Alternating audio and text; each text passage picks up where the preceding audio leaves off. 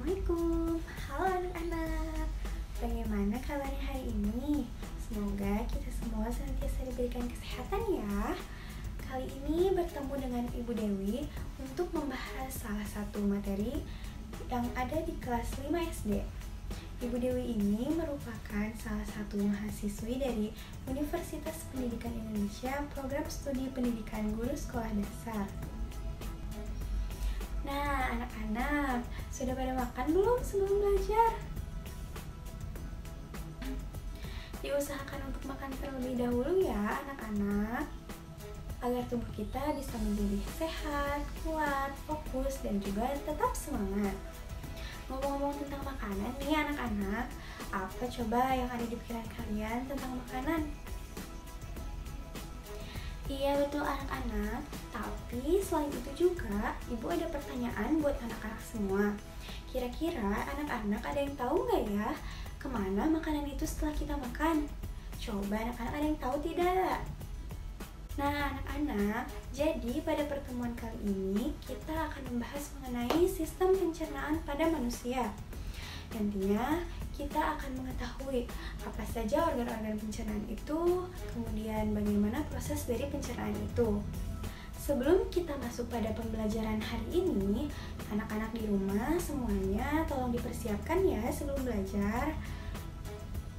Coba berdoa terlebih dahulu, kemudian duduk yang rapi dan jangan lupa siapkan catatannya. Sudah? Jika anak-anak sudah siap semuanya, anak-anak harap simak materi sampai akhir ya. Sistem pencernaan manusia. Anak-anak, seperti yang telah kita ketahui bahwa manusia itu membutuhkan makanan yang dapat diperoleh baik dari makanan hewani maupun nabati. Makanan yang kita makan itu harus dicerna atau dipecah menjadi molekul-molekul yang lebih kecil atau sederhana. Mengapa? Karena makanan itu dapat diserap oleh saluran pencernaan makanan dan dapat diedarkan ke seluruh tubuh setelah berbentuk molekul-molekul yang kecil. Lalu, bagaimana cara untuk membentuk molekul-molekul yang kecil itu? Ya, melalui saluran pencernaan atau proses pencernaan.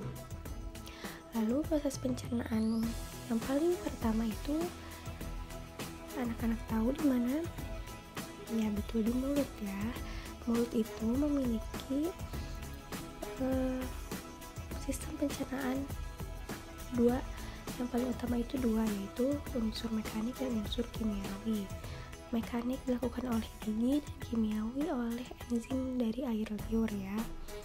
Kemudian kerongkongan atau esofagus. Makanan setelah dicerna di dalam mulut akan bergerak masuk ke dalam kerongkongan atau esofagus.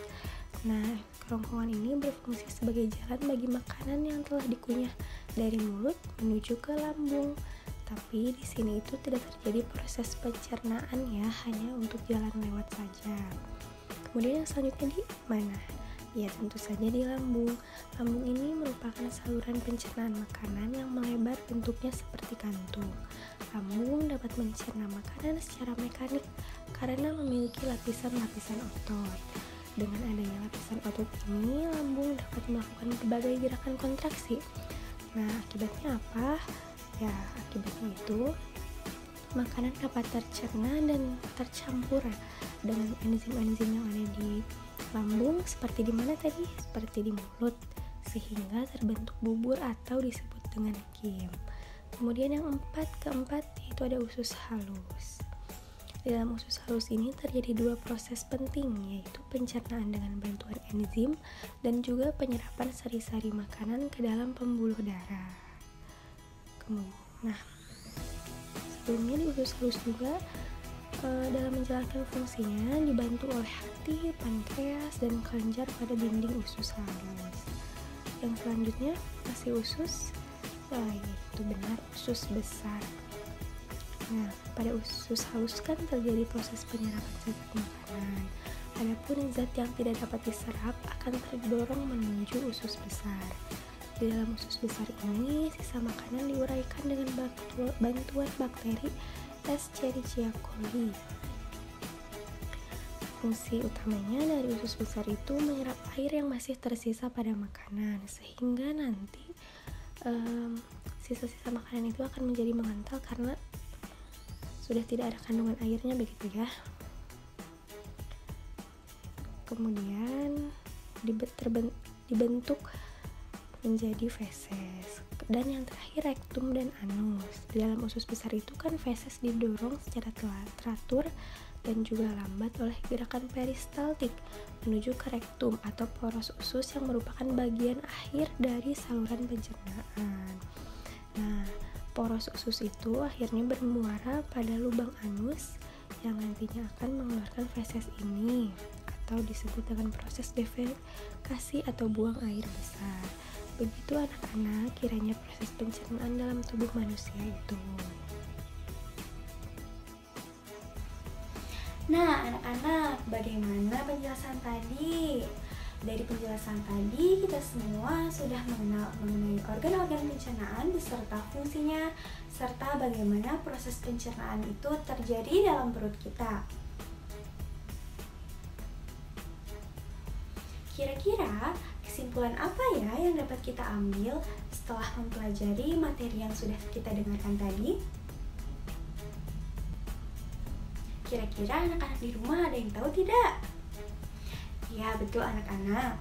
Dari penjelasan tadi, kita dapat menarik kesimpulan bahwa pencernaan manusia itu melewati proses yang cukup panjang ya anak-anak. Anak semua masih ingat kan semua proses-prosesnya tadi? Jadi, proses pencernaan dan sistem pencernaan pada manusia itu memiliki manfaat dan juga memiliki prosesnya sendiri.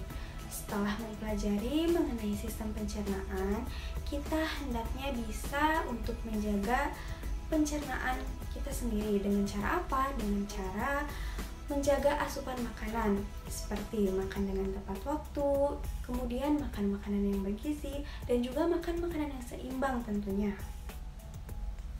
Agar apa? Agar pencernaan kita menjadi sehat tentunya.